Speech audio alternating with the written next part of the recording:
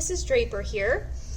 So we've made our viewfinder and we've traced our hand onto our viewfinder / picture plane.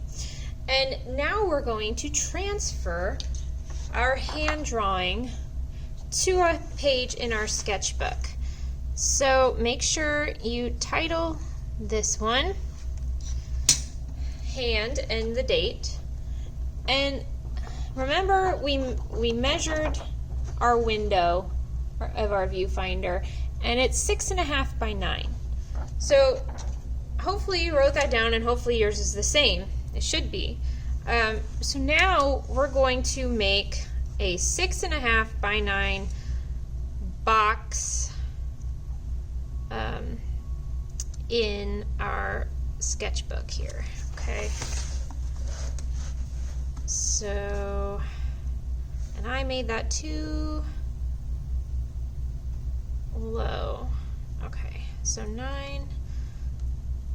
I would start with the 9 side because I did not, and my drawing was going to run off the edge of my sketchbook. So 9 is up here, so I can draw 6.5. Okay, and then I can draw 9 from the top of that line. So remember to start with the tick mark at the bottom of the ruler where the inches start. Don't use the end of the ruler, guys. Alright, and then this I can use to do 6.5. Oops. And probably off screen. There we go. Okay. It's very important that they are the same. Like this box that we're making is the same as the one that is in our viewfinder / picture plane. Alright, so hopefully you have a 6.5 by 9 inch box. Then we're going to have to put crosshairs in it, just like we put crosshairs in the picture plane. So this is 6.5, so half of 6.5 is 3.25. Okay, so we are going to measure 3.25.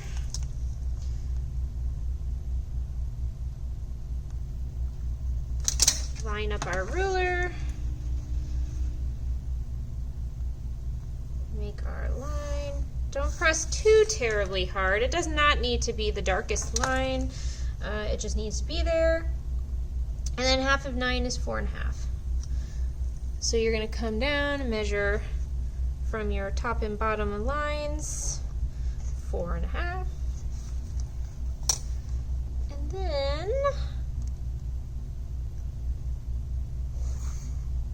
there, so you have crosshairs. So it should be basically identical to your viewfinder, okay? And there's a pretty good view with that white sheet of paper underneath the hand. So the next part, maybe it would be helpful to have the original drawing on a white sheet of paper next to you. Pick you up here. So I'm not going to show you me drawing this entire hand, but I am going to show you how to get started, okay? Look down here and sort of measure how far your wrist comes out from the edge of the border there, okay? This is scooting around because I'm trying to do this one-handed, but so you can use your pencil to sort of mark that if you want, and then come on over here and you can use that to get yourself started. If your wrist came more like out of the corner, I would choose a spot wherever the wrist actually came out from there and measure the same way. But so now that I have that, I can kind of, and then I also have where my wrist kind of ended right here at this line. Again, I can take my pencil and my thumb and I can sort of measure that area And then I can come over to my drawing here and measure. And so now I know where to begin my lines. So this grid that we made will help you to draw in your picture as accurately as you can. So you're going to need to really follow. What I do is I look at this space here that's been created by my hand, where the thumb intersects this line. You could, again, another line that you could measure with your thumb and your pencil. Okay, so I know that my thumb kind of comes up through there, and then it kind of creates this shape. Okay, and then I know my thumb extends up, not quite halfway.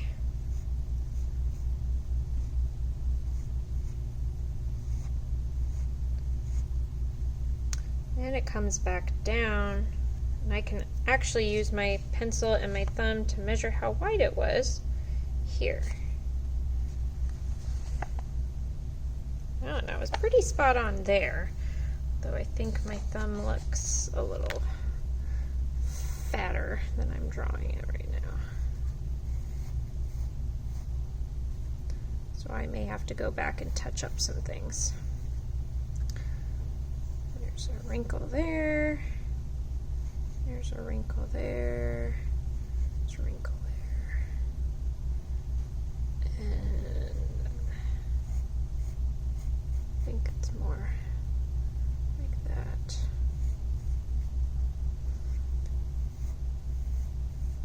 This is why it was important to get as much information as possible.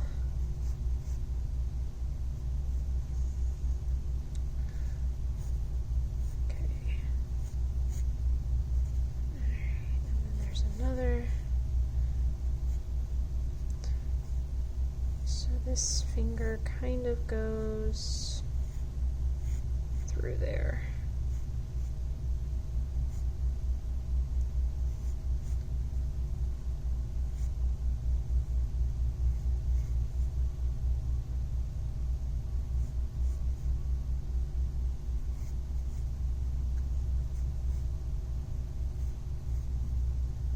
Oh, it's actually on the outside there. I totally forgot a whole step. I just realized. Okay. So that is how you're going to continue to record your information until you have recorded all of the things on your sketchbook from your picture plane onto here. And I'm going to make another video now to show you the step that I forgot.